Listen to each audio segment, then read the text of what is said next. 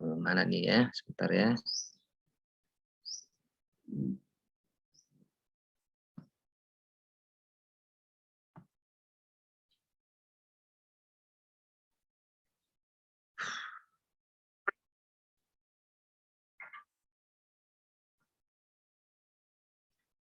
Ada? Kelihatan nggak? Halo? Belum terlihat. Belum, dokter. Belum ya? Share-nya mana ya? Sebentar ya.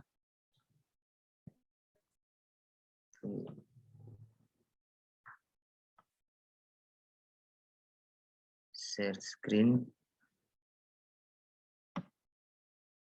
Ini gimana? Ada? Ada dokter. Ada dokter. Ada ya? Ada ya? Ada dokter. Ada dokter. Oke. Ini mohon host nanti kalau misalnya ada masalah atau nggak tampil gambar, tolong komen aja langsung ya. Tolong komen. Baiklah, kita mulai saja. Kelainan-kelainan dan penyakit pada rongga mulut ya. Jadi sebagai pendahuluan di sini, yang termasuk rongga mulut itu ada jaringan keras, ya, jaringan keras dan jaringan lunak ya. Di jaringan kerasnya itu seperti tulang alveolar, kemudian gigi-gigi ya, itu jaringan keras masuknya. Tulang alveolar, gigi-gigi.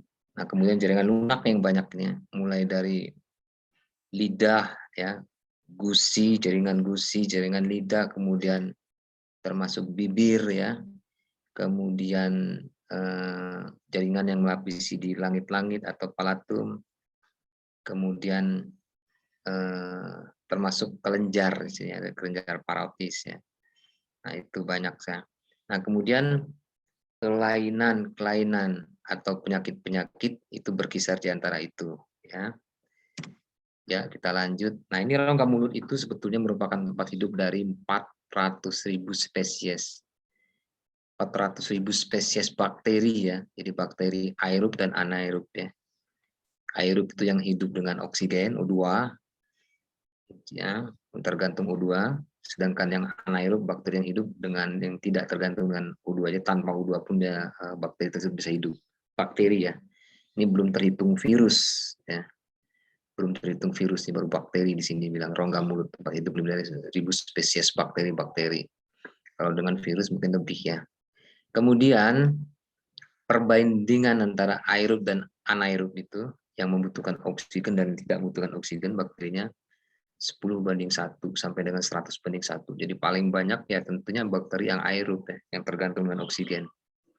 10 sampai dengan 100:1, paling banyak 100:1.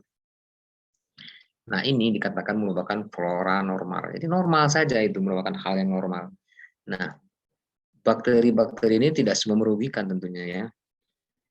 Ada juga yang menguntungkan bagi rongga mulut itu. Jadi normal. Dan kata normal sini, bakteri tersebut tidak menyebabkan penyakit, tapi bisa menyebabkan penyakit ya. Bisa menyebabkan penyakit. Nah, ini ya, bakteri ini berkumpul pada febris, plak, dan kalkulus. Jadi febris itu kalau sisa makanan yang melekat pada gigi ya, melekat pada gigi tidak dibersihkan, dia disebut dengan febris. Jadi masih melekat, masih satu harian lah, kira 1-2 hari disebut febris. Kemudian setelah berapa hari febris akan berubah menjadi plak. Nah, itu juga sudah diinvasi oleh bakteri, sudah banyak bakteri di sini ya. Plak sudah lebih melekat, lebih keras.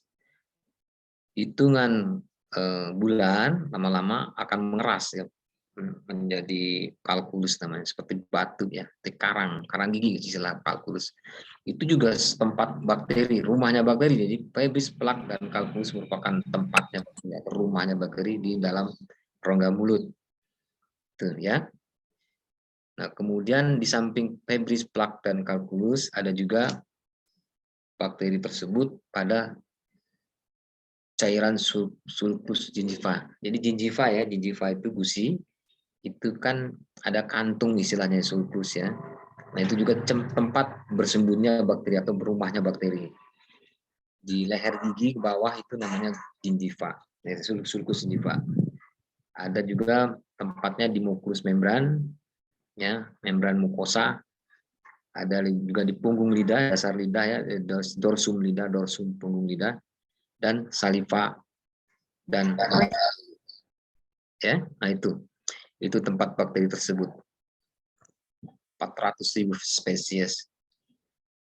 Nah, infeksi dalam rongga mulut dapat menyebar secara hematogen dan limfogen. Ya, jadi penyebaran bakteri tersebut ya, yang saya katakan tadi bisa menyebabkan penyakit, bisa tidak menyebabkan penyakit, itu bisa secara hematogen atau melalui pembuluh darah, ya, kapiler, dan secara melalui pembuluh limpa. Itu wajar ya. Jadi penyebaran bakteri itu bisa secara hematogen dan bisa secara limfogen.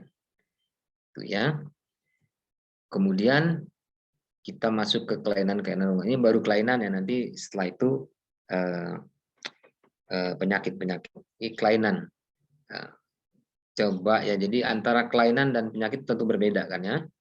Antara kelainan-kelainan dan penyakit tentu berbeda dalam hal medis ya.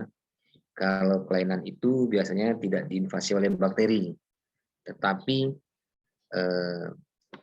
karena misalnya karena obat atau karena trauma ya, bisa menyebabkan kelainan. Trauma saat kandungan bisa menyebabkan kelainan. Kemudian karena status gizi ya, gizi buruk misalnya bisa menyebabkan kelainan pada rongga mulut ya. Itu kelainan. Jadi tidak ada invasi bakteri. Berbeda dengan penyakit ya, penyakit jelas ya ada invasi bakteri, invasi virus dan bakteri ya. Tuh. Nah, ini kelainan, kita masuk pada kelainan-kelainan rongga mulut ya, kelainan-kelainan pada rongga mulut. Nah, pertama ini kan tergantung permintaannya dari apa fakultas ya. Dari fakultas kan minta apa? Sebenarnya banyak sekali ya, kelainan itu banyak sekali. Banyak sekali kelainan-kelainan dalam rongga mulut itu ya. Puluhan, mungkin mendekati ratus ya.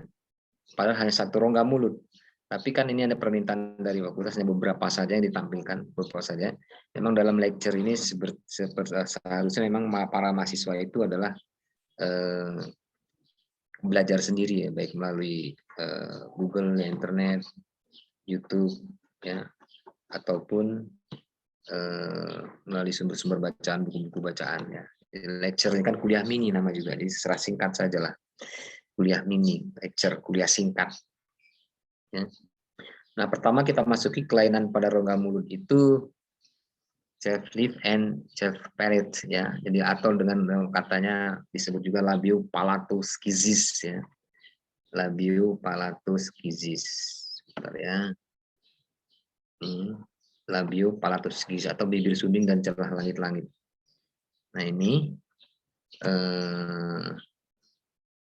cacat pada bibir juga pada palatum langit-langit sejak dalam kandungan. Sejak dalam kandungan ya, sejak jalinnya, sejak jalin sebetulnya sudah cacat ya, dalam pertumbuhannya, proses perkembangannya sudah terjadi kecacatan itu sejak dalam kandungan. Ini sebetulnya celah bibir, celah langit-langit ini bisa pada bibir saja atau bisa pada langit-langit saja bisa ya, atau pada keduanya.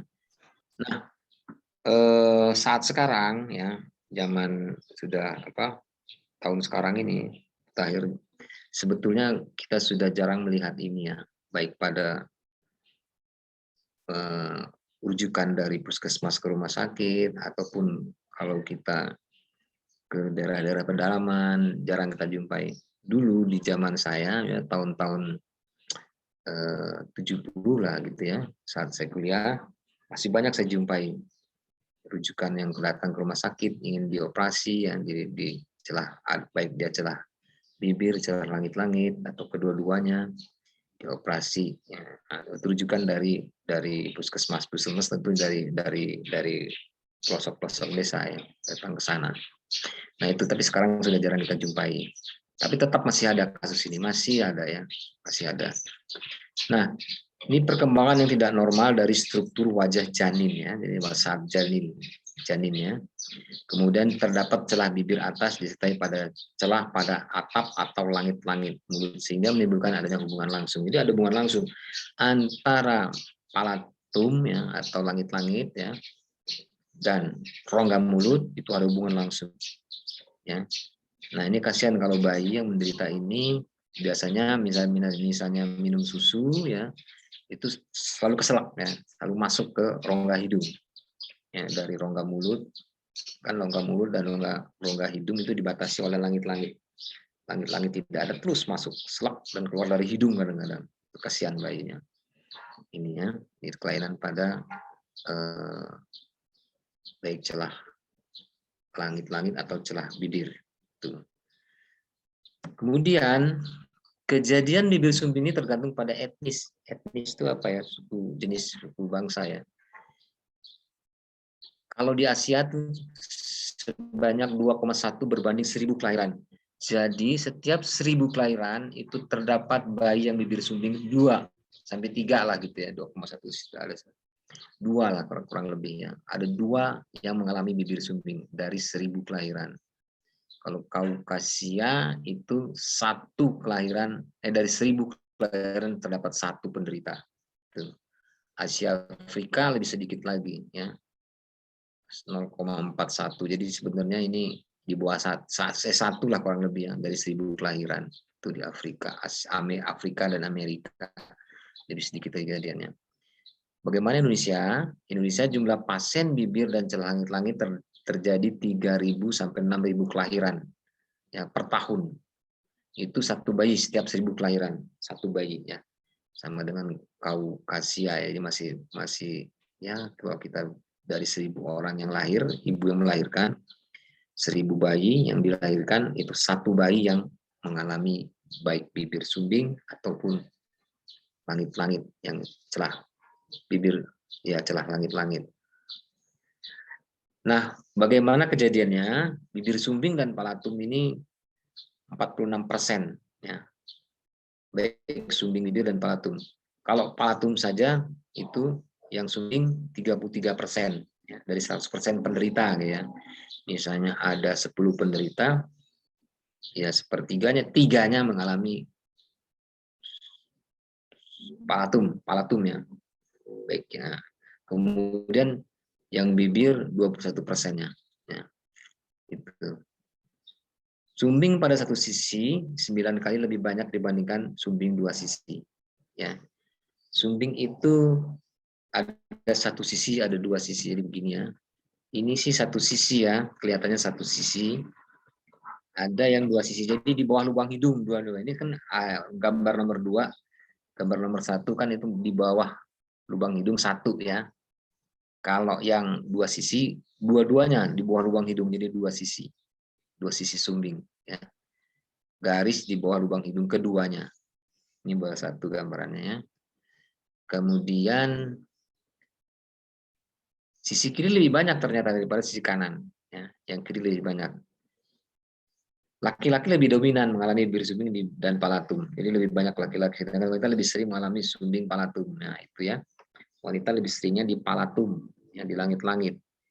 Kalau prosentase antara laki-laki dan perempuan lebih banyak laki-laki. Sumbing, bibir dan palatum lebih banyak diderita oleh laki-laki. Nah, hal apa yang mempengaruhi celah bibir dan langit-langit ya? Itu pertama kali zat teratogenik atau alkohol ya. Alkohol asam retinoat ya. Zat teratogenik. Jadi kalau seorang ibu peminum alkohol sedang hamil, itu kecenderungan bisa terjadi celah bibir atau celah langit-langit ya. Hati-hati ya. Biasanya di luar negeri itu seringnya mereka kan kebanyakan alkohol sebagai hal biasa gitu kan.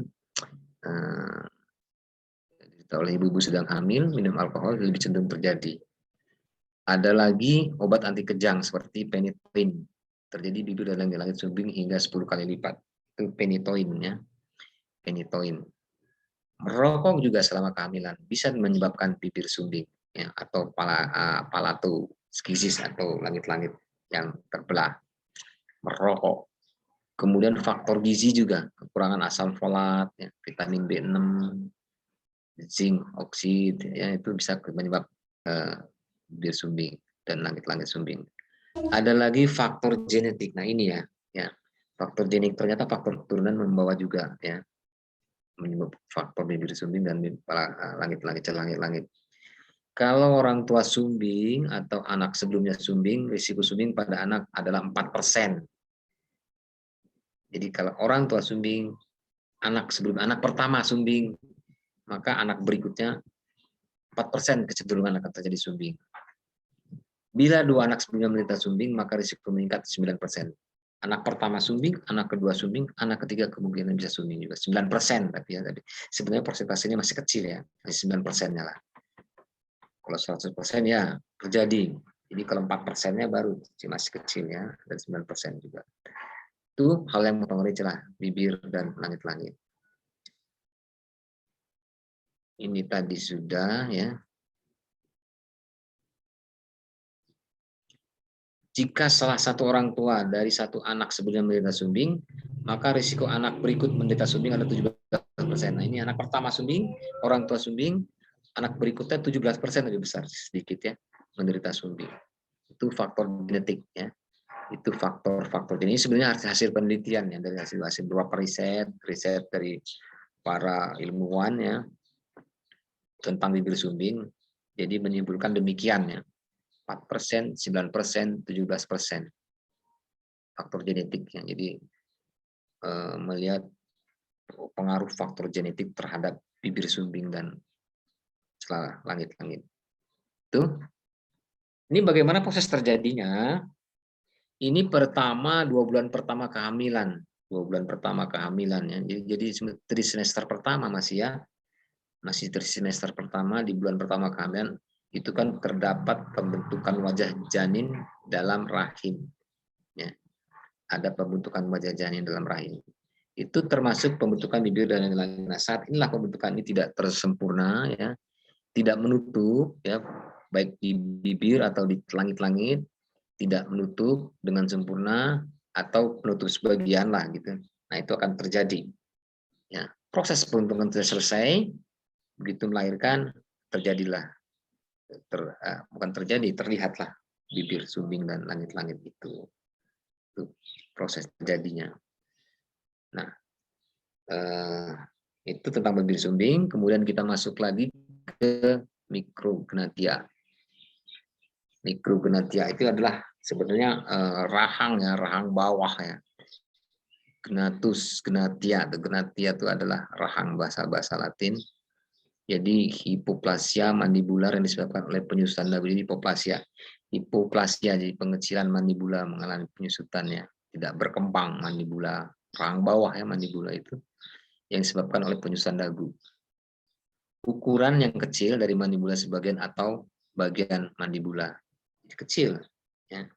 Terlihat si bayi begitu ya, jadi kelihatan dagunya mundur ya, karena tidak berkembang mandibulanya, rahang bawahnya. Dagunya mundur mengalami kemunduran. Insidensi janin dengan mikrognathia sebanyak 1 daripada 1000 kelahiran. Terjadi 1 orang daripada 1000 kelahiran mikrognathia. Penyebabnya pertama kali kongenital ini ya. Ada kelainan kromosom, ya, trisomi 13, trisomi 18. Ada juga obat teratogenik ya. Jadi methotrexate dan carbamazepine, warfarin, tetrasiklin ya. Tetrasiklin ya. Tetrasiklin jadi unik lagi, tetrasiklin penyebab pewarahan pada gigi nanti ya.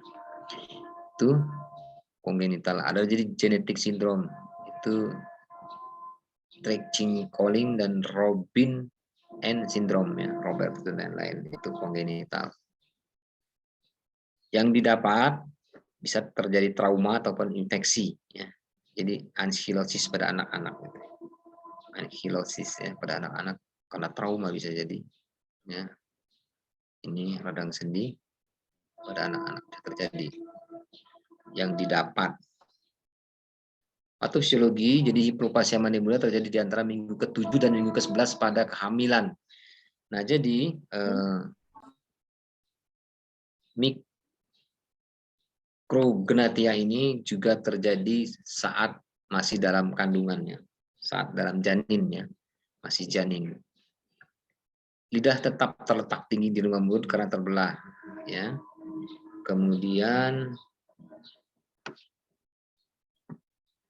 Kemudian langit berbentuk U terbalik ya. Langit-langitnya U terbalik dan tidak ada hubungan antara langit-langit dan bibir. oligohidranion dapat berperan dan etiologi sindroma ini karena terjadi kekurangan cairan amnion dan dapat menyebabkan deformasi dan dagu terjepitnya lidah di antara langit-langit. Nah, itu ya patofisiologinya ya, kurang lebih begitu patofisiologinya. Nah, kemudian mikrognathia. Mikrognathia, masih mikrognathia ya. Ini manifestasi kliniknya terjadi crowding pada susunan gigi. Jelas ya. Kalau rahang itu kecil dengan susunan giginya normal ya biasa, maka akan terjadi kekurangan ruangan pada gigi-gigi rahang bawah terutama ya. Gerigi rahang bawah. Kekurangan tempat pada gerigi rahang bawah itu menyebabkan gerigi bertabrakan ya, jadi bersusunan yang tidak beraturan. Susunan yang tidak beraturan, susunan yang kacau dikatakan dengan crowding pada susunan gigi atau istilah yang umum kita dengar selain crowding adalah maloklusi ya, tidaklah kelainan oklusi. Dagu yang mengalami penyusutan dengan wajah yang kecil, jelas ya, wajah yang kecil. Nah, ini juga hal lain lagi di manifestasi klinik, kesulitan dalam memberi makanan dan minum ya, itu jelas sulit ya. Juga tentu juga ada kesulitan bicara ya. Kesulitan bicara karena artikulasi ya. Jadi artikulasi itu relasi hubungan antara rahang bawah dan rahang atas ya, itu kan dihubungi oleh temporo mandibular joint ya. Ya, letak di sini sama di sini temporo mandibular joint itu juga tidak sempurna artikulasinya sehingga dalam hal bicara juga tidak sempurna. Itu manifestasi kliniknya. Ya. Ada pertanyaan sampai di sini? Ada pertanyaan? Nanti di tengah-tengahnya saya absen lagi ya. Saya absen sampel lagi nih. Ya. Di jam setengah-tengah absen sampel. Ada pertanyaan nggak nih? Ada yang mau ditanyakan? Belum? Yuk, jangan malu-malu yuk. Sepertinya belum ada, dok. Ya? Sepertinya belum ada, dok. Belum ada ya, lanjut ya. Kita lanjut dulu ya. Oke. Ini makrognathia. Makrognathia. Tadi mikro ya. Mikro kan kecil. Kalau makro itu besar. Gnathia, gnathus, rahang. Jadi rahang yang tumbuh besar ya. Jadi keadaan di mana mandibula dan region protubensia lebih besar daripada ukuran normal. Besar. Jadi istilahnya mandibular, ya, ukurannya lebih besar daripada normal. Dengan gejala klinis etiologi ini perkembangan protubensia yang berlebih yang dapat bersifat kongenital dan juga dapat bersifat dapatan ya melalui penyakit. Nah, beberapa kondisi yang berhubungan dengan makrognathia adalah gingivitisme pituitary. Jadi apa? Hormon pertumbuhan ya kan cepat ya sehingga gingivitisme jadi tumbuh besar seperti raksasa ya. Ada Paget disease dan ada acromegaly. Ya. Ada. Ya. Itu. Kemudian patofisiologi itu pertumbuhan berlebih akibat hormon pertumbuhan yang berlebih. Nah, ini saya sebutkan tadi ya, hormon pertumbuhan jadi apa?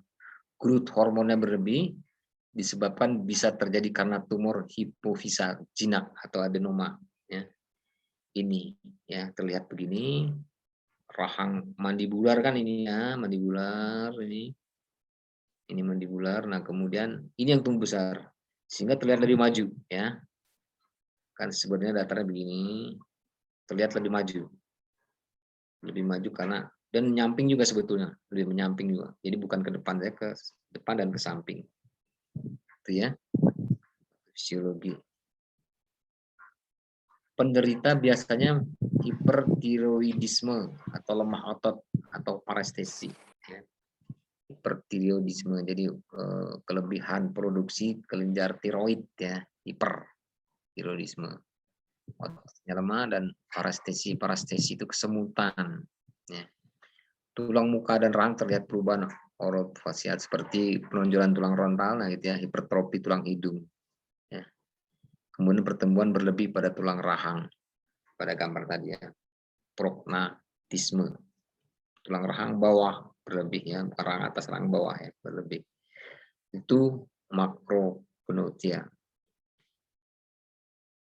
Manifestasinya ini berbeda dengan mikro ya. Jadi gigi, susunan gigi menjadi diastema. Diastema itu adalah antara gigi satu dan gigi lain ada berjarak gitu ya. Berjarak, jadi renggang. Nah itu ya. Gigi bawah terutama ya, karena kan makrogonotia ini adalah rahang bawah yang besar, terutama di rahang bawah ya. Adanya jarak-jarak renggang-renggang susunan gigi seri sampai gigi canines, gigi taring itu jarang-jarang. Nah, wajar yang jadi rahang yang besar, sedangkan gigi kan ukurannya tetap ya. Rahang yang besar, jadi banyak tempat gigi tersebut, sehingga tumbuhnya jarang-jarang. Kemudian kesulitan memberi makan, kemudian juga ada kesulitan dalam artikulasi berbicara, karena artikulasinya ya. Artikulasi itu disebutkan tadi adalah hubungan antara rahang bawah dan rahang atasnya. Persendian rahang bawah dan rahang atas. Tempuru mandibular joint ya, di bawah telinga kanan kiri ya, untuk kita buka tutup mulut. Nah itu fungsi daripada tempuru mandibular joint, itu manifestasi klinik. Nah itu makrogonotia, itu jadi 3 ya. Jadi sebenarnya masih banyak ini ya, masih banyak sebetulnya kelainan itu masih banyak sekali ya. Nah, tapi ini cuma saya diminta cuma 3 aja, jadi celah bibir, celah langit-langit, kemudian makrogonotia dan mikrogonotia ya. Oke. Kemudian kita lanjutkan lagi dengan penyakit ya. Penyakit gigi dan mulut. Penyakit gigi dan mulut. Habis mandi. Harusnya kita main ya. Bentar ya. Kita main ya. Kita main ya. Dulu. Dan kemudian kita memang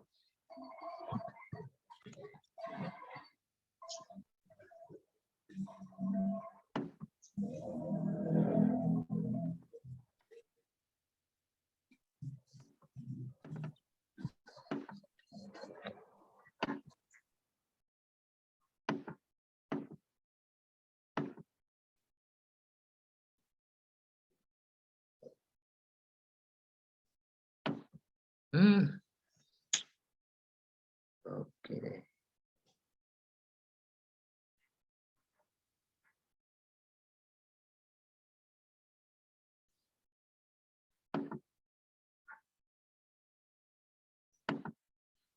Oke, kita lanjutkan.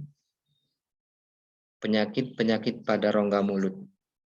Nah, seperti saya sebutkan tadi, rongga mulut itu ada jaringan keras, ada jaringan lunak ya. Jaringan keras itu adalah gigi, tulang alveolar. Ya, tulang alveolar, tulang penyanggah gigi, penyanggah akar gigi ya. Akar gigi itu disanggah oleh tulang alveolar. Itu jaringan keras ya masuknya. Jaringan lunak itu adalah lidah, bibir ya, gingiva, kemudian jaringan di bawah lidah, jaringan langit-langit yang menutupi langit-langit ya. Itu jaringan lunak. Nah, dari hal-hal tersebut sangat gampang terkena penyakit-penyakit ya. Banyak sebetulnya. Tapi yang diminta hanya beberapa saja juga di sini penyakit ya. Yang diminta oleh prodi ya, oleh fakultas hanya beberapa saja. Ini pertama adalah kandidiasis oral ya. Sebenarnya mungkin ini sudah umum ya mendengar kata-kata ini ya, penyakit ini ya, kandidiasis jamur yang jelas ini ya. Kandidiasis oral, jamur mulut ya, jamur kandidas. Infeksi jamur pada mulut sini ditemukan ya. Jadi infeksi pada jamur pada mulut ya. Penyebabnya itu jamur Canidia albicans atau jamur lainnya seperti Candida glabrata Candida husei, Candida torticalis, dan Candida parapsilosis. Ya. Ada 4 penyebabnya. Ada 4 jamur penyebab kandidiasis oral. 4 jamur. Penyebab ini yang pertama, yang pertama adalah oral hygiene yang buruk. Jadi kebersihan mulut ya. Oral hygiene itu adalah kebersihan mulut yang buruk, yang tidak baik ya. Jarang sikat gigi ya. Itu biasa, atau sikat giginya sehari sekali atau berapa hari sekali ya. Itu menyebabkan oral hygiene yang buruk ya. Atau jarang kumur-kumur misalnya dengan obat kumur ya sebelum tidur, itu menyebabkan oral hygiene yang buruk. Itu cenderung terjadinya kandidiasis oral. Di samping oral hygiene yang buruk, juga protesa gigi ya. Gigi palsu, protesa gigi itu penyebab juga ya. Protesa gigi penyebab daripada kandidiasis oral, protesa gigi. Ya, seperti kita banyak ya, kita dapati orang yang memakai protesa itu tidak dibersihkan, jadi tidak pernah dibuka, saat mandi dibersihkan, disikat, jadi terus dipakai terus. Itu dari penumpukan bakteri, penumpukan jamur, dan penyebab kandidiasis oral. Ya, sering terjadi. Atau protesa gigi yang tidak bisa dilepas, yang sifat permanen, itu juga ya menyebabkan kandidiasis oral. Ada juga antibiotik spektrum luas ya. Kita makan antibiotik spektrum luas dalam jangka panjang, di samping memang betul bisa mematikan bakteri, tapi dalam sisi lain bisa menumbuhkan jamur, itu ya. Antibiotik yang spektrum luas seperti amoxicillin, tetracycline, ya, itu berspektrum luas ya, jadi daya kerjanya luas. Itu bisa menyebabkan kandidiasis oral dipakai dalam jangka panjang. Macam-macam kandidiasis oral, itu pertama kandidiasis pseudimembranosa. Pertama. Ini yang paling sering dijumpai, berbentuk bercak seperti krim, ya, bercak putih seperti krim. Kandidiasis pseudimembranosa. Bisa lihat nanti kalau ada kesempatan akan saya tampilkan gambarnya ya. Kemudian ada kandidiasis nodular, bentuk plak putih, keras dan menonjol pada lidah rata-ratanya. Kemudian ada lagi kandidiasis mukokutan, bentuk plak putih multiple itu banyak di beberapa tempat, tidak dapat diseset, jadi nggak keras, dia nempel, nggak bisa dikrik ya, kita garuk tidak akan bisa hilang. Jadi ada 3, pseudimembranosa, nodular, dan mukokutan ya. Yang paling sering adalah pseudimembranosa, ini paling sering dijumpai. Bercak putih seperti krimnya. Itu membranosa. Nah, ini lah membranosa ya. Membranosa ini, kandidiasis membranosa yang sering dijumpai. Ada bercak putih pada punggung lidah, ya, ini punggung lidah ya. Bercak putih pada punggung lidah. Ya. Ya seperti krim, dioles sama krim ya. Sebenarnya bukan krim tapi adalah pertumbuhan kandidiasis ya. Kandidiasis oral, kandidiasis membranosa. Kedua adalah leukoplakia. Leukoplakia ini bercak putih, lesi sama bercak putih yang melekat erat pada mukosa lidah ya. Merupakan lesi prakanker. Nah ini ya bahayanya ya. Leukoplakia ini merupakan lesi prakanker. Artinya satu lesi atau kelainan pada mukosa lidah itu yang bisa menyebabkan kanker ya.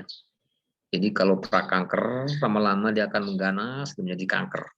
Bayangkan ya kalau kanker lidah ya, aduh ya. Lidah itu adalah berguna untuk bicara ya. Kalau sudah kena kanker seperti luka nggak sembuh-sembuh pada lidah, itu hati-hati ya. Itu bisa menjadi prakanker dan bisa menjadi ganas. Bayangkan kalau lidah kena kanker, bagaimana kita mau bedahnya, operasinya? Tidak mungkin dihilangkan lidah itu. Orang tidak akan bisa bicara tanpa lidah. Kemudian etiologi dari leukoplakia adalah pertama kali tembakau. Ya, hati-hati bagi para perokok ya. Tembakau bisa menyebabkan leukoplakia, tembakau. Selain itu alkohol bagi para peminum juga ya, leukoplakia. Friksi yang kronis, ya, friksi yang kronis itu gesekan yang kronis, misalnya gigi palsu ya atau protese pada mulut yang terus ya bergerak yang mengikis dari tahun terus, akhirnya bisa menyebabkan gesekan itu, friksi itu menyebabkan leukoplakia. Di samping itu adalah jamur candida, ya, albikan dan virus papiloma. Ini ya penyebab daripada leukoplakia etiologi. Leukoplakia mempunyai diagnosa banding lichen planus dan stomatitis ya, lebih ringan. Stomatitis lebih kecil-kecil ya. Lichen planus kan lebih kecil-kecil. Bercakap kecil ya. Dan stomatitis dan lichen planus tidak perlu diobatin, sembuh sendiri ya. Kadang-kadang berhubungan dengan stres. Itu ya, leukoplakia.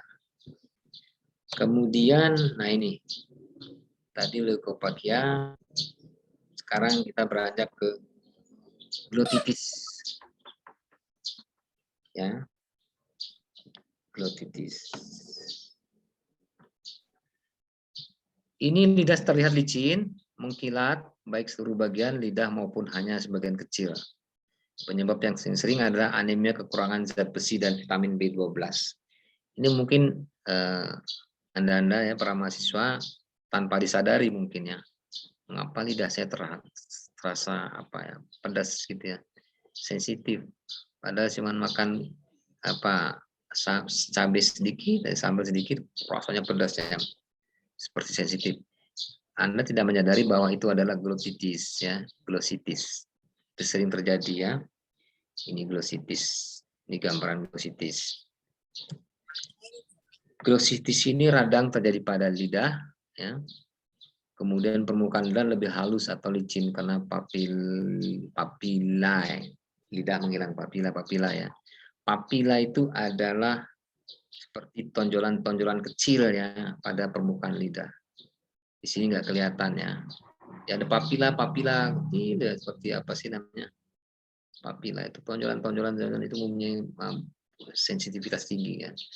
Nah, kalau papila itu hilang karena radang, jadi membengkak ke rata semua di sini ya, kan rata semua. Itu bengkak dan warna lebih merah daripada lidah ya. Kita lihat di sini warnanya lebih merah, lebih agak kemerahan.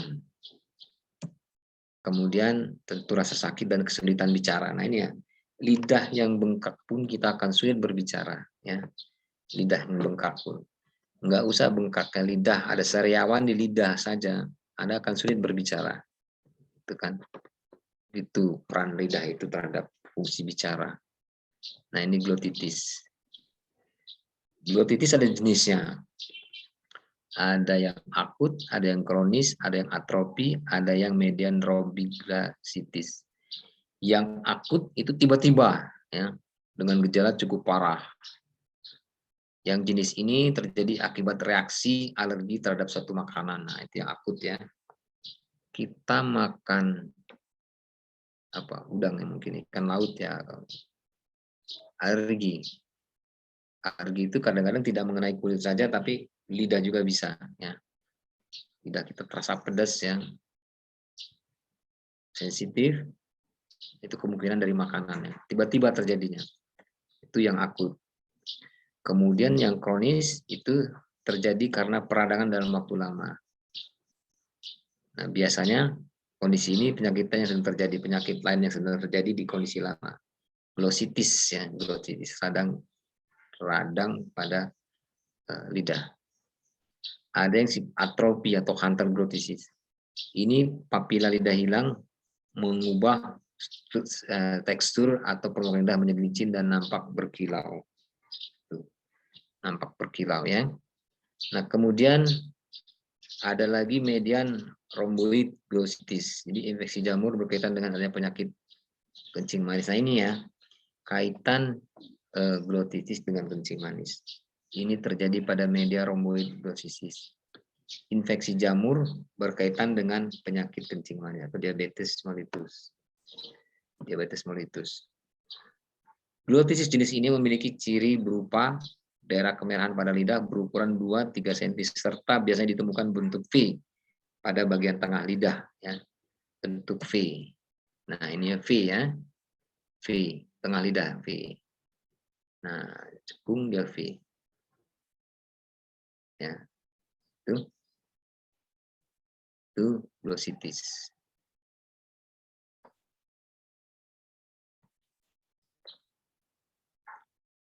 Lidah bengkak, ukuran lidah semakin besar dan jalan napas bisa terganggu. Nah, ini jangan main-main ya. Kalau lidah besar, bengkak terus-menerus akhirnya bisa menutup jalan napas. Ya, tentunya ini fatal ya bagi kehidupan. Kesulitan mengunyah atau bicara karena ukuran lidah menjadi besar. Wajar ya. Kan sulit kita berbicara, sulit kita mengunyah. Rasa sakit pada area lidah jelas, kemudian permukaan atau tekstur lidah menjadi licin karena papila-papila yang menghilang ya. Jadi papila membengkak merata. Warna lidah menjadi pucat ataupun merah terang. Itu ya cirinya.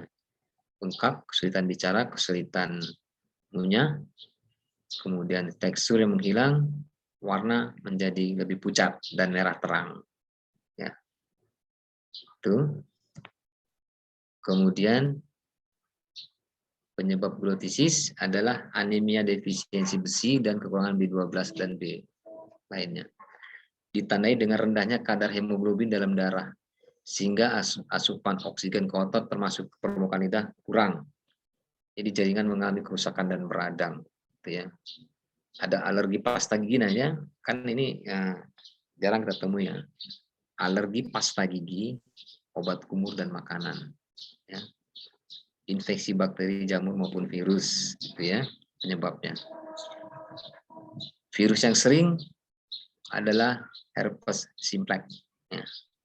Herpes simplex itu penyebabnya glossitis.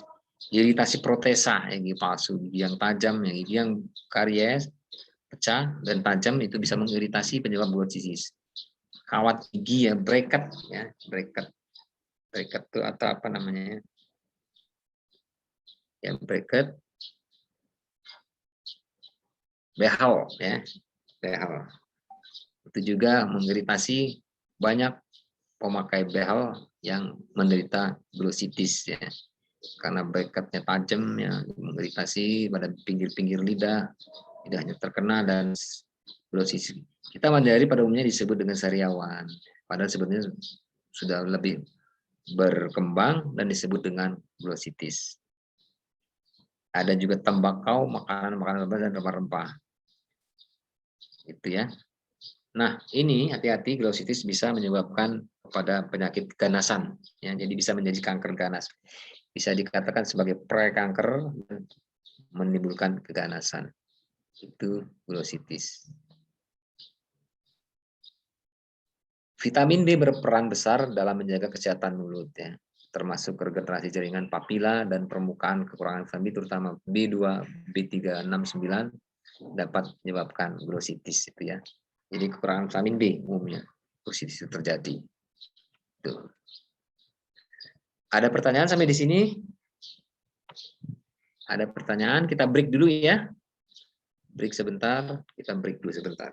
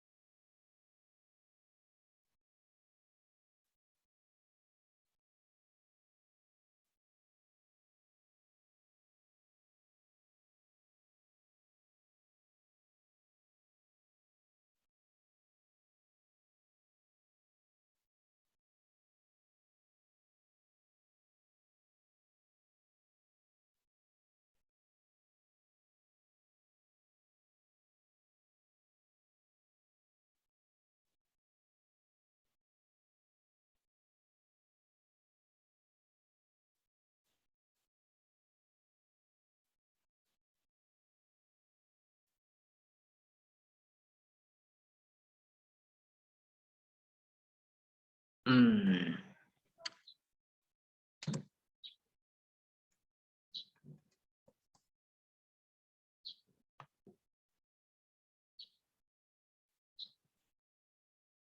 nggak nih? Halo? Gimana? Dengar dokter. Ya, tapi saya nggak bisa apa yang gerakin apa nih? Slide-nya nggak bisa digerakin nih. Kenapa ya? Oke.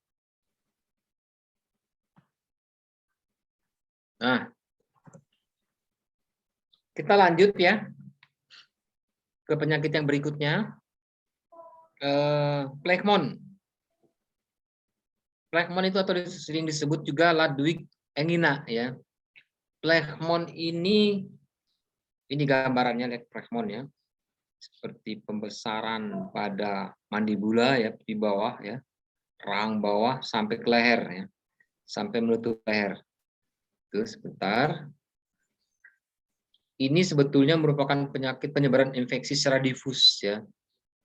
Progresif dan cepat. Jadi terjadinya ini kalau abses ya. Misalnya abses itu disebabkan oleh salah satu gigi gangren ya. Gigi gangren kemudian lama-lama akan menimbulkan abses. Abses itu atau pembukakan pada gusi lah gitu. Ini kalau terjadi pada rahang bawah misalnya ada bukan satu gigi ya. Kalau satu gigi masih mending dia sifatnya tidak kanan kiri seperti ini kanannya bengkak, kirinya bengkak sehingga hampir menutupi leher. Itu kalau misalnya di kanan juga ada gigi gangren, di kiri ada gigi gangren, geraham yang gangren, kemudian lama-lama menimbulkan abses, absesnya bersamaan, terus membesar, absesnya difus ya, menyebar, dan akhirnya menyebabkan seperti ini, dan dinamakan dengan Plekmon Ludwig angina. Ini berisinya lama-lama bisa nanah ya. Saya pernah merawat pasien seperti ini, opname di rumah sakit, itu mengeluarkan nanahnya itu kalau dihitung-hitung 1 botol lebih, ya lebih 1 botol, sampai 1 botol tumpah tempat tidur, ya sangat banyak nanahnya. Nah baru setelah itu agak mulai mengempis, ya, tapi dengan antibiotik dosis tinggi. Nah, plekmon ini penyebaran atau Ludwig angina ini ada penyakit penyebaran infeksi secara difus ya, progresif dengan cepat dan menyebabkan tumpukan nanah, maksudnya di sini ya. Tumpukan nanah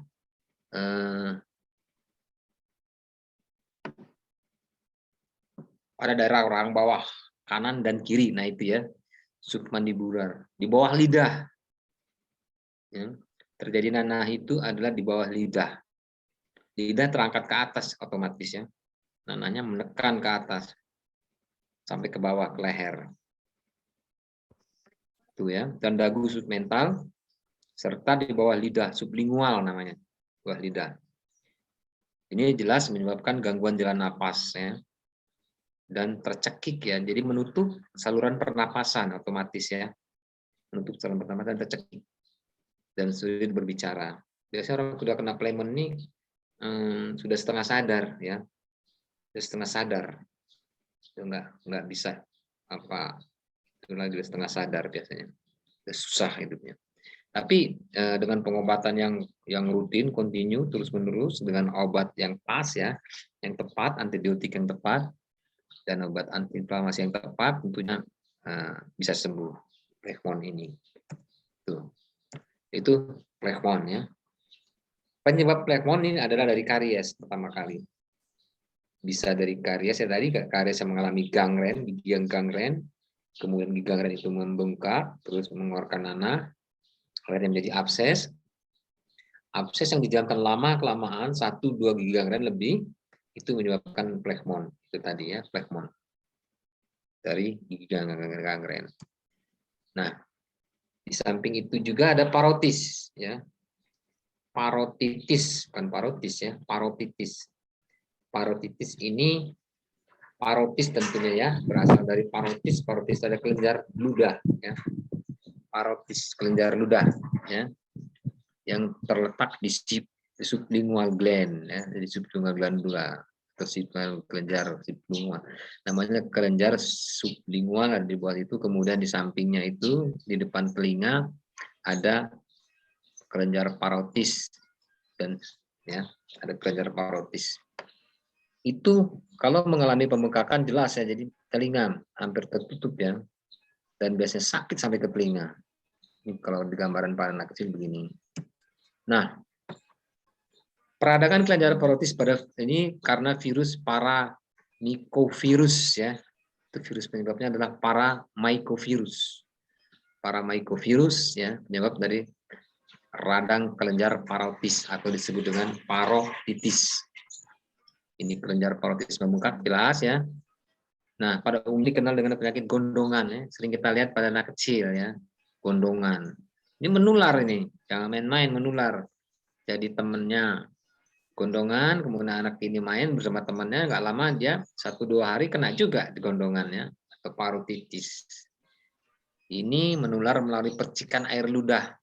Ketika penderita parotitis itu bersin aja atau berbatuk atau bersentuhan langsung dengan benda-benda yang sudah terkontaminasi paramycovirus, jelas akan menular, akan terjadi parotitis itu ya. Ini bedanya parotitis ya. Dia biasanya bilateral ya, kanan dan kiri. Nah, kebetulan di gambar ini adalah yang sebelah kiri saja. Biasanya dia kanan, kalau virus itu menyebar kanan dan kiri selalu ya. Virus pada mata, jarang satu mata yang kena, pasti dua-duanya. Kenapa? Ya, cepat menular, mata sebelahnya satu masuk, kemudian mata kiri yang kena, besok mata kanan, jadi dua-duanya. Jadi demikian juga parotis sebetulnya.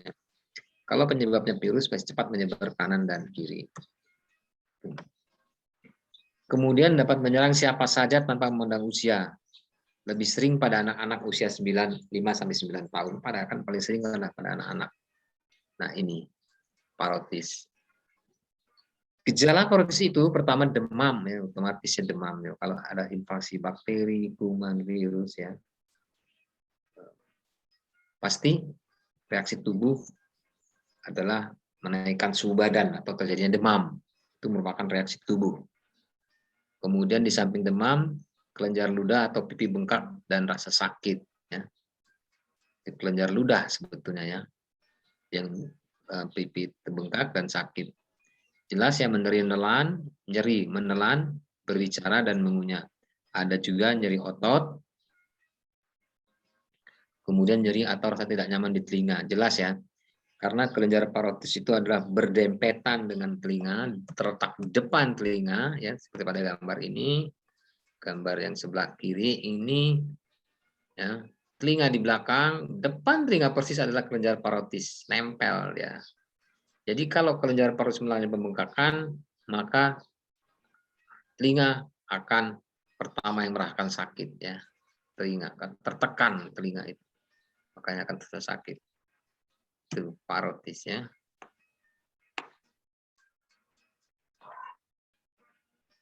Sakit kepala dan nafsu makan hilang, mulut terasa kering. Namun gejala ini biasanya menghilang dengan sendiri dalam waktu 4-8 hari. Jadi penanganan medis harus tetap dilakukan untuk mencegah terjadinya komplikasi. Tapi jangan kita diamkan juga ya, nggak bisa. Walaupun dia akan hilang sendiri 4-8 hari, tetap harus ada penanganan medisnya. Kalau tidak, yang kita khawatirkan terjadi komplikasi, ya, terjadi komplikasi. Demikian juga penyakit yang lain juga begitu ya. Corona 19 begitu sebetulnya. Yang tergantung daya tahan tubuh. Tapi kalau didiamkan, yang kita lakukan komplikasi. Misalnya punya komorbid, punya diabetes, punya penyakit jantung, itu kita khawatirkan. Jadi dalam terapi dalam COVID-19 itu lebih cenderung kepada penanganan komorbidnya, menjaga agar penyakit gula darahnya atau diabetes tidak meninggikan gula dalam darah, penyakit jantung juga tidak menyebabkan keparahan dari penyakit jantung, yang jadi penjagaan di situ. Biasanya dengan mengencerkan darah, diberikan D-dimer ya, D-dimer itu atau obat pengencer darah. Kemudian juga untuk penyakit diabetes biasanya diberikan obat-obat anti untuk menurunkan kadar gula dalam darah, ya. Itu pengenjotannya. Demikian juga pada penyakit ini tidak bisa dianggap enteng, tidak bisa dibiarkan walaupun hilang dengan sendirinya, tapi yang kita upayakan penanganan medis agar tidak mencegah komplikasi, itu ya. Kemudian ini komplikasi parotis tadi, bisa meningitis atau radang selaput otak, bisa encephalitis ya, bisa pankreatitis ya, pankreas bisa juga meradang, selaput otak meradang, bisa gangguan pendengaran, dan bisa keguguran pada ibu hamil. Nah ini ya komplikasinya yang kita jaga pada parotis itu ya. Kalau terjadi pada ibu hamil ya. Kalau pada anak-anak nih kita ngerikan meningitis. Ya.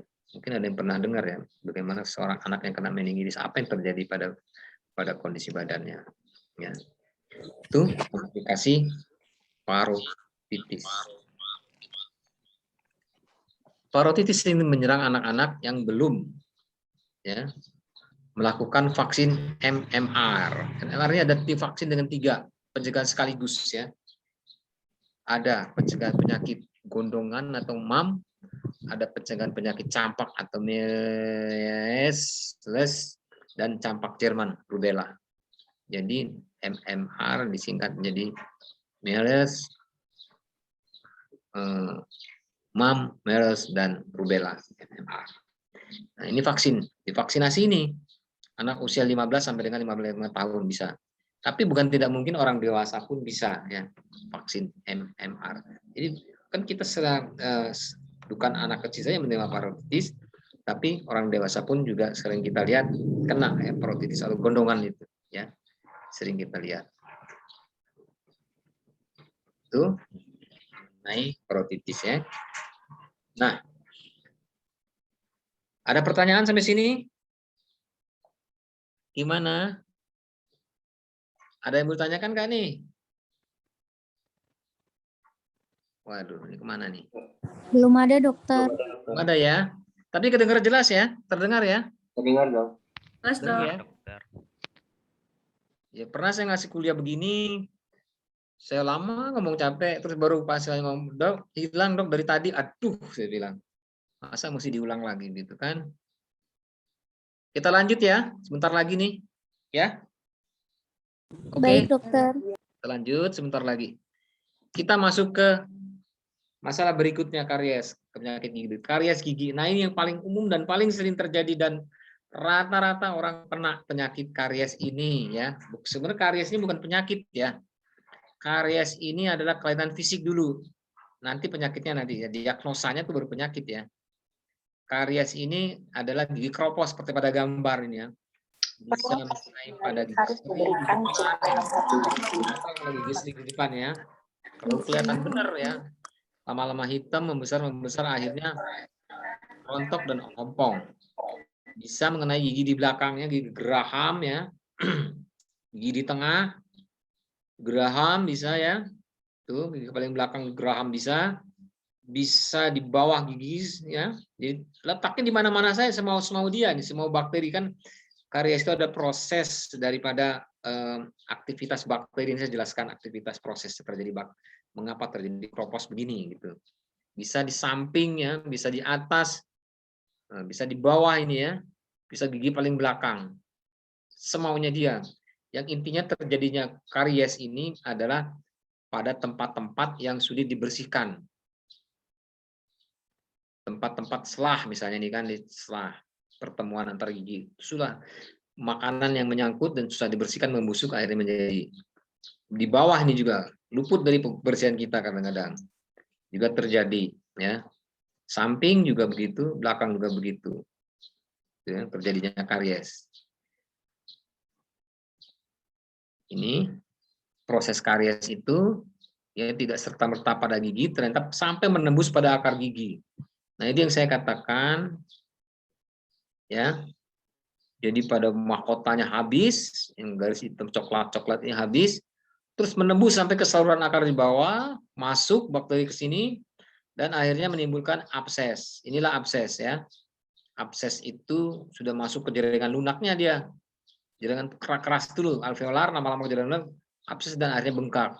Nah, ini abses dibiarkan lama bisa menjadi plekmon, ya. Itu. Kemudian, nah, faktor penyebab karies. Ini faktor karies. Karies, ingat saya ingatkan lagi, karies bukanlah suatu penyakit ya. Karies itu adalah kerusakan daripada fisik gigi sebetulnya. Nanti kalau penyakitnya saya sebutkan di belakang nanti yang dia rusak. Ada penyebab karies. Ada 4 faktor. Ada faktor host ya, itu tuan rumah. Ada agen ya, itu bakterinya. Ada substrat. Substrat ini makanan dan ada time, waktu. Prosesnya memerlukan waktu. Pertemuan proses antara keempat hal ini disebut pertemuan tengah ini, makanya terjadinya suatu karies. Kalau salah satunya tidak ada, tidak akan terjadi ya. Misalnya hanya host, agen dan substrat, tidak ada waktu, tidak akan terjadi. Ada agen, host dan time, tidak akan terjadi karies itu. Ada substrat, ada host, ada time, tidak akan terjadi. Apalagi 2, 3 pun tidak akan terjadi karies. Makanya harus keempat ini yang bersatu, akhirnya membentuk satu karies. Nah, bagaimana prosesnya? Ini dia. Ya. Jadi 4 lingkaran yang saling berorientasi ya, multifaktorial. Host tuan rumah. Ini seperti posisi gigi tadi saya katakan tadi, posisi gigi ya, malposisi, crowding, mesioangular dan ektopik ini tadi posisi gigi. Nih. Yang sebelah kanan ini namanya mesioangular miring. Posisi susah dibersihkan kan, nyangkut di sebelah sini. Mesioangular ini malposisi ini dia ya. Ini posisi terjepit. Susah dibersihkan, makanan terjadi. Mesioangular malposisi ya. Itu. Tadi lain lagi ektopik. Ya, di sini tidak ada gambar ektopik ya. Ektopik itu misalnya gigi taring yang tumbuh sendiri di atas ya, ektopik tidak tergambar di sini. Tidak tergambarkannya. Itu ektopik.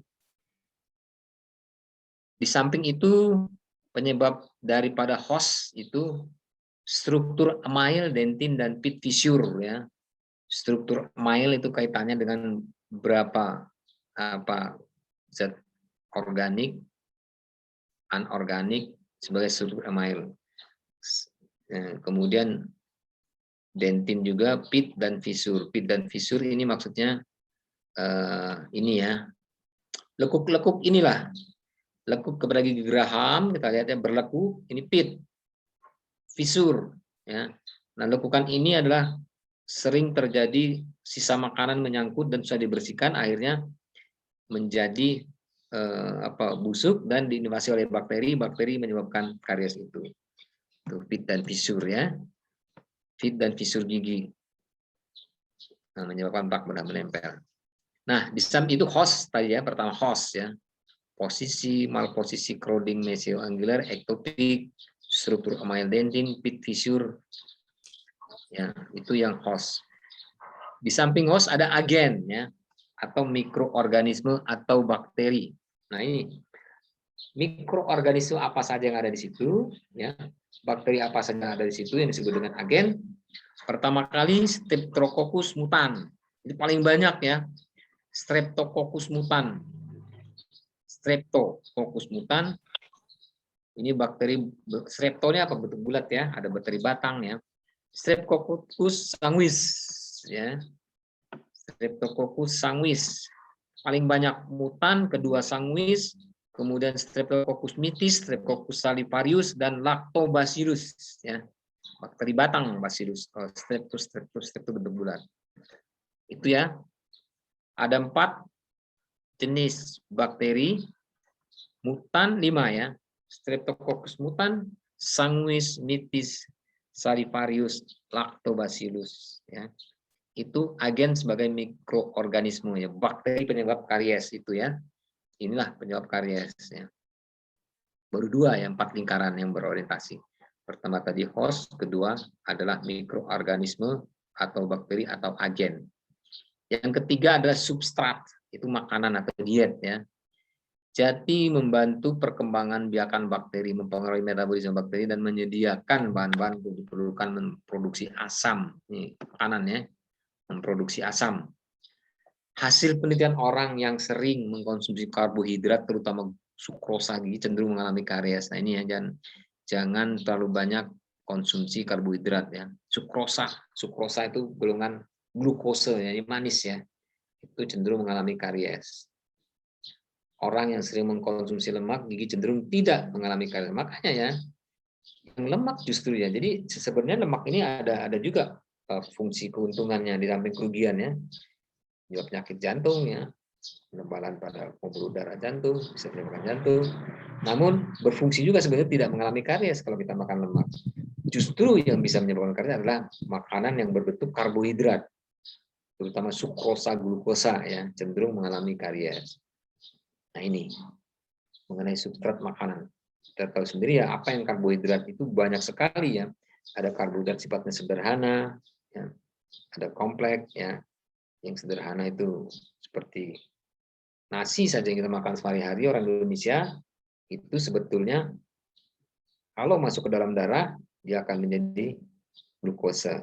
Nah, namun dalam mulut sendiri itu cepat menjadi karies, ya, sukrosa, glukosa. Nah, di samping itu ada waktu. Jadi waktu proses pembentukan karies itu adalah 6 sampai dengan 48 bulan. Ya. Jadi nggak begitu cepat. 6 bulan mulai terus 48 bulan. 48 bulan ini berapa tahun? 4 tahun ya. Dan hancurlah gigi itu. Hancurlah gigi itu ya setelah 48 bulan. Biasanya menjadi gangren pun cukup ya dalam 48 bulan atau 4 tahun. Itu ya. Ya, 4 tahun. Itu waktu yang diperlukan. Nah, di samping itu juga ada demineralisasi email. Jadi sisa makanan yang mengandung gula tadi, ya, termasuk karbohidrat atau susu menempel pada permukaan gigi, permukaan email itu fibris. Lalu dari fibris menjadi plak. Lalu dari plak menjadi kalkulus.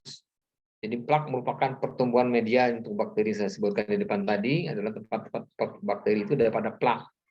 Dan bakteri menghasilkan asam dan melarutkan permukaan email. Nah, ya. Jadi produk bakteri, ekresi bakteri itu adalah asam kuat ya. Asam kuat itulah yang menghancurkan email. Email begitu keras ya. Di buah email ada dentin, itu bisa dihancurkan dengan ekskresi daripada bakteri yang menghasilkan asam. Larut akhirnya email dan terjadilah kropos itu.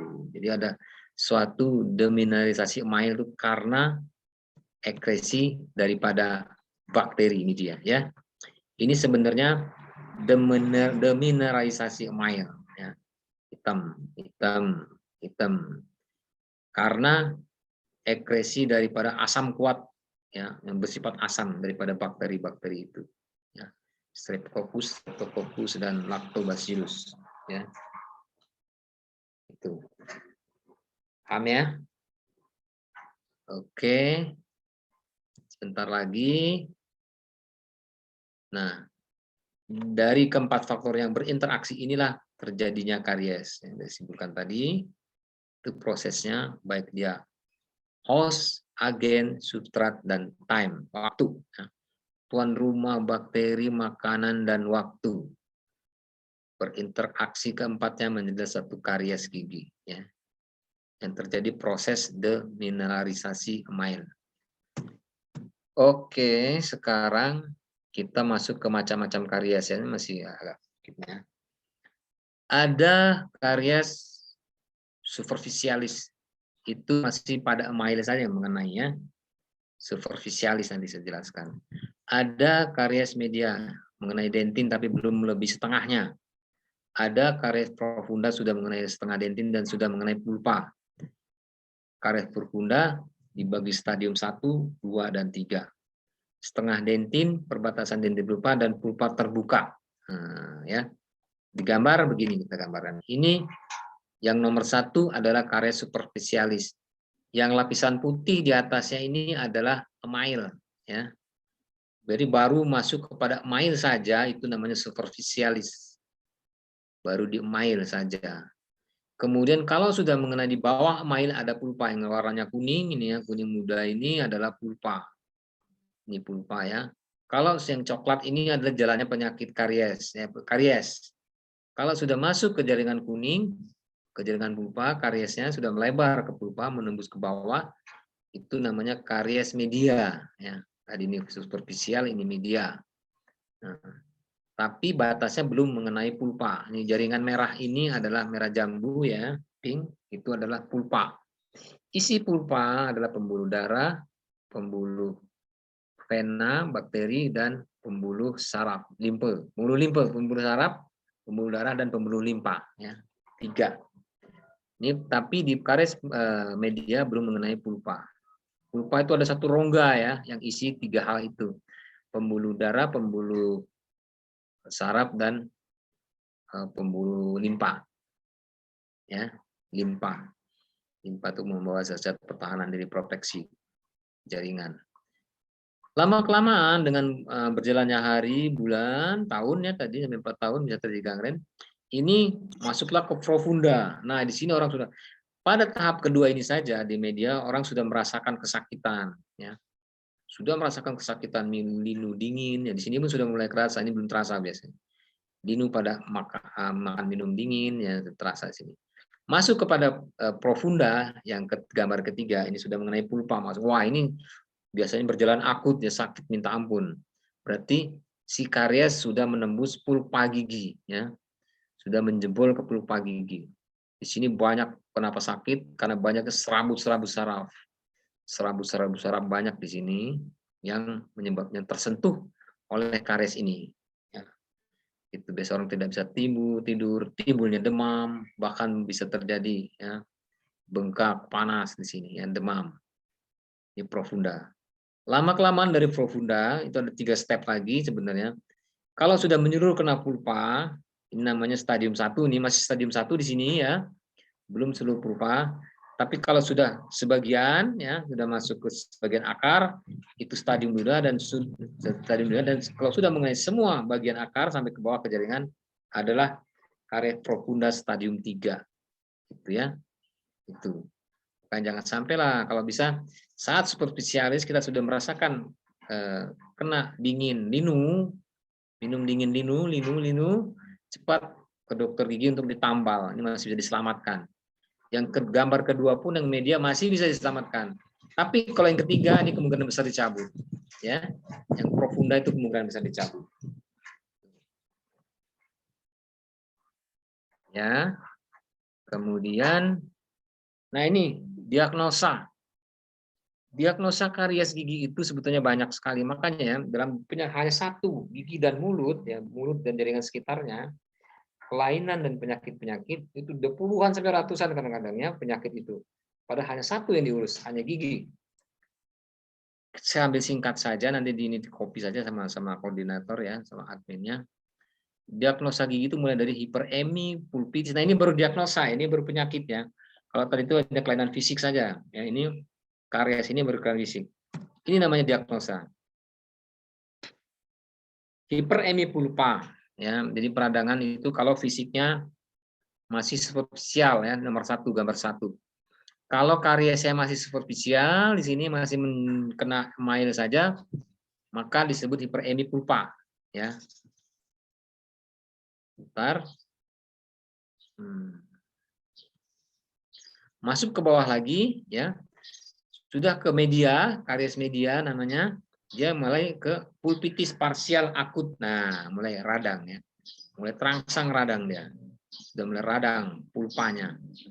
Kalau sebagian, kalau seluruhnya pulpitis total akut, ini biasa karies-karies media di sini. Nah, pulpitis kronis, nekrose dan gangren pulpa ini adalah stadium 3 ini. Ya. Stadium 3 atau karies profunda. Pulpitis kronis, nekrose, dan gangren pulpa. Beda nekrose sama gangren itu apa sih? Ya, nekrose pulpa adalah kematian dari pulpa. Dua-duanya kematian ya, nekrose pulpa kematian pulpa, gangren pulpa kematian pulpa juga. Tapi kalau nekrose pulpa, kematian pulpa tanpa diinvasi oleh bakteri. Ya, misalnya giginya utuh nih, ya, giginya utuh, tanpa kelihatan karies. Tapi ternyata non vital, dia sudah mati giginya ini. Ya. Kan tidak ada bakteri dalam pulpa itu. Nah, itu namanya nekrose, ya.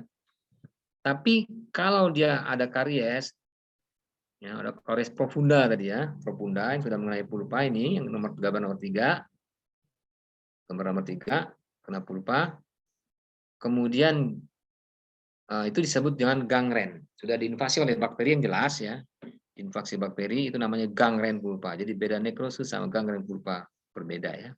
Nekrosis tidak diinvasi bakteri kematiannya, gangren diinvasi oleh bakteri kematiannya. Nah, di samping gangren pulpa terus ya, jadi penyakit. Nah, ini baru penyakit gigi ya, gigi jaringan keras. Ini masih termasuk jaringan keras dan jaringan lunak. Periodontitis apicalis, apikal ya. Jadi pada ujung akar ya, itu sakit bener nih ya. Ini ujung akar gigi yang tajam-tajam ini, yang lancip ini kalau meradang sampai sini, sebentar ya, sebentar.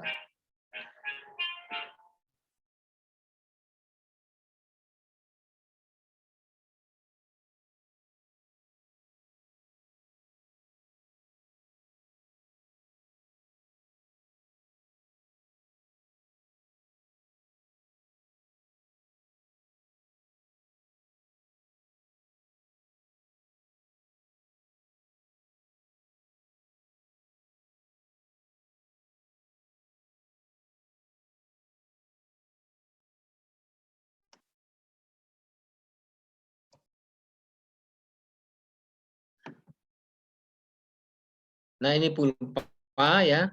Dari periodontitis apicalis kemudian ke periodontitis, kemudian ke periapikal abses. Nah, dari radang akhirnya menjadi abses lah dia. Dari abses. Kalau dia menyangkut gigi, gusi, ini gusi ya, gingivitis. Nih, gingivitis. Abses, gingivitis lama-lama menjadi abses, gingival abses dan palatal abses kalau di palatum ya. Kita lihat lagi ini strukturnya, mekanismenya ya. Dari hiperemi bayangkan pulpitis akut bisa kronis, kemudian lagi pulpitis akut parsial, total. Kalau terjadi tubuh daging, polip ya namanya, kemudian jadi nekrose, kalau gigi sehat langsung kematian, nekrose tanpa diinvasi bakteri. Kemudian ini gangren jadi gangren, kalau dia kematian dengan invasi bakteri. Dari sini kemudian dari gingival periodontitis ya, sublingual abses di bawah lidah, terjadilah phlegmon yang saya sebutkan tadi ya. Phlegmon itu adalah suatu muara penyakit dari semua penyakit gigi. Karena abses, beberapa abses gigi. Phlegmon. Itu. Nah, ini tadi sudah ya kelewatkan. Nah, ini tanda-tanda per gigi. Apa tandanya pulpitis akut, jadi karies gigi profunda, rangsangan dingin, respon, rangsangan panas ya. Apa itu pulpitis kronis juga ada di sini. Apa itu gangren pulpa, apa itu nekrose, saya tidak menjelaskan satu persatu ya, karena waktu juga. Nah, ini gingival polip ya, ada satu polip pada gigi. Kemudian ini abses gingiva, ada tonjolan pada gusi itu abses gingiva. Ini kalau secara radiografi gingival abses. Ini kalau secara radiografi periapikal abses ya, ada radio pak ya, radiolucennya ya, hitam-hitam di pada ujung akar. Ini sekian. Saya kira itu yang bisa saya sampaikan. Kita cukup akhiri kuliah ini. Kemudian bagi apa admin tadi, siapa adminnya? Halo, admin siapa? Ya dokter. Admin ya. Ya dokter. Nanti saya kirim materinya melalui WA nanti ya. Baik dok. Ya. Baik dokter. Oke, nanti saya kirim melalui WA. Saya mau ada perlu dulu nanti. Saya kira itu kuliah pada hari ini. Kita akhiri. Wabillahi taufiq wal hidayah. Wassalamualaikum warahmatullahi wabarakatuh. Waalaikumsalam warahmatullahi wabarakatuh. Terima kasih banyak, dokter. Terima kasih banyak, dokter. Terima kasih, dokter.